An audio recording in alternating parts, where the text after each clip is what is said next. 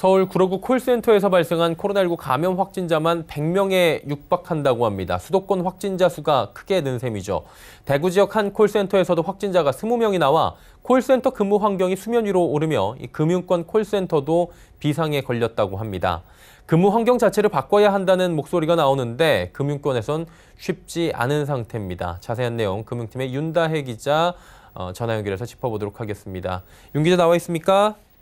네, 안녕하세요. 예, 안녕하십니까. 서울 구로구 콜센터에서 확진자 대거 나왔다는 소식 전해지고 있습니다. 일단 왜 그렇게 된 것인지부터 들어보도록 하죠.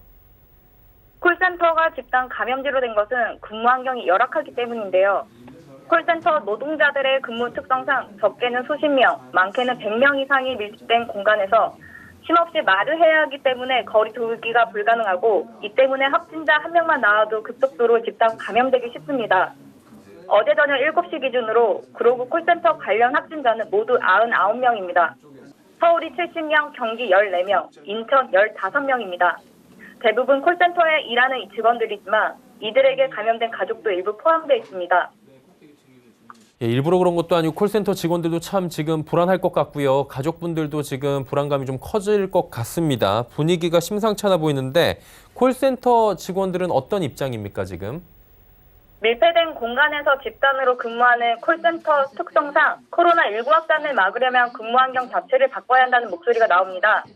민주노총 서비스연맹 서비스 일반 노조 콜센터 지부는 근무 중 내내 전화 통화를 해야 하는 콜센터 업무 환경 때문에 마스크 착용이 쉽지 않고 개인정보 보호 문제 때문에 재택근무도 어렵다고 지적했습니다. 그러다 보니까 이제 금융권에서도 대책 마련에 부랴부랴 또 분주한 것 같은데 어떤 조치를 하고 있는 상황입니까? 대부분 금융사들은 마스크 착용과 손 씻기, 발열 검사 등에 그쳐 있는데요. 몇몇 곳은 콜센터 분할이나 업무 공간 재배치 등의 조치를 취하고 있습니다. 국민은행은 서울과 대전으로 지역을 분산해 운영하고 있으며 우리은행은 현재 서울과 천안으로 이원화 했습니다.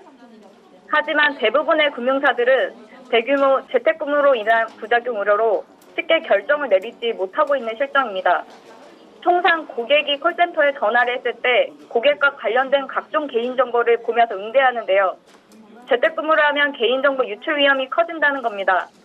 만약 재택근무를 할 경우 망을 집으로 연결해야 하는데 불가능하며 유은행 영업점 재택근무가 안 되는 것처럼 같은 이치라고 보면 된다고 은행들은 설명합니다. 반면 이동통신 3사의 경우 콜센터 직원의 재택근무와 분산근무를 확대했는데요.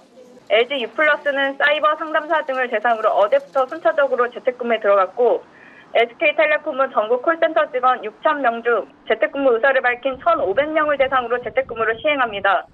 KT는 콜센터 운영 인력의 20%인 1,200여 명의 분산 배치를 완료한 상태입니다. 네, 사태가 지금 점점 심각해지고 있다 보니까 금융당국도 대책이 있어야 될 것 같은데 금융당국 대책은 어떤 조치입니까? 금융당국이 금융권 콜센터에 대한 실태 조사에 들어갔지만 거리두기 외에는 별다른 대응책을 제시하지 못하고 있는 상황입니다. 이에 콜센터 직원들의 불안은 더 커져가고 있는데요. 정부도 콜센터 등 밀집 사업장에서의 공통 감염관리 가이드라인을 제시하며 대책을 권고하고 있지만 금융권에서는 불가능한 얘기입니다. 금융당국은 콜센터 유형근무에 따른 보안 대책을 논의 중에 있습니다. 대부분 은행들이 재택근무 등 어려울 것을 보고 있지만 신한은행의 경우 구체적으로 어떤 업무가 재택이 힘든 건지 논의 중입니다. 금융대응 보완책이 시급해지는 시점입니다. 네, 금융권 콜센터 관련 이야기 오늘 들어봤고요. 금융팀의 윤다혜 기자와 함께했습니다. 윤 기자 고맙습니다. 네, 감사합니다.